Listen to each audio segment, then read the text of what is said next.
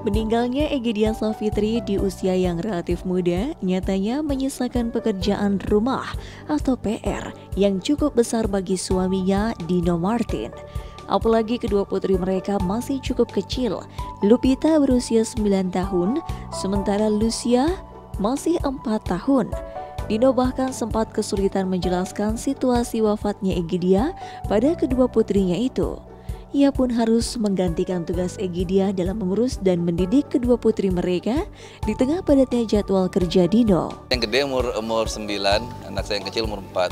Terus waktu Egi berpulang, saya minta tolong sama uncle-nya ya, sama sepupu saya, kamu yang jelasin dong gitu ya. So ya pertamanya kita jelaskan tentang Kingdom of Heaven, di mana Tuhan kita di sana dan leluhur-leluhur kita ada di sana, yang kamu ada di sana, they live happily ever after kayak gitu. Terus dia masih sulit untuk digest, tapi akhirnya ya dalam perjalanan menuju ke rumah duka yang malam kita harus kasih tahu, karena itu kan pasti akan melihat di peti kan. Jadi so di mobil dijelasin sekali lagi, terus yang gede baru sadar, so mommy is dead, dia bilang itu.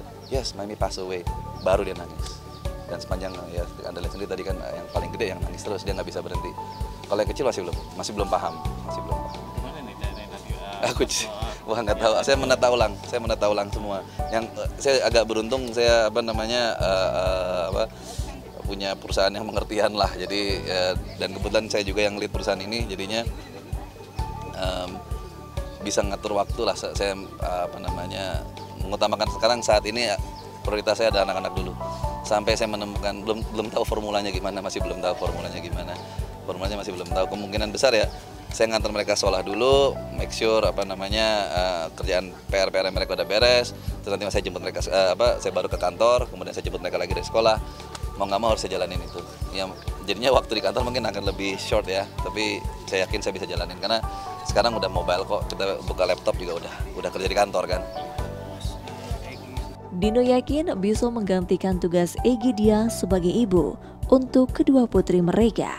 Ia pun berencana akan bekerja di rumah selama seminggu ke depan demi mengurus anak-anaknya.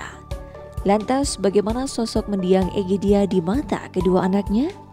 Kalau di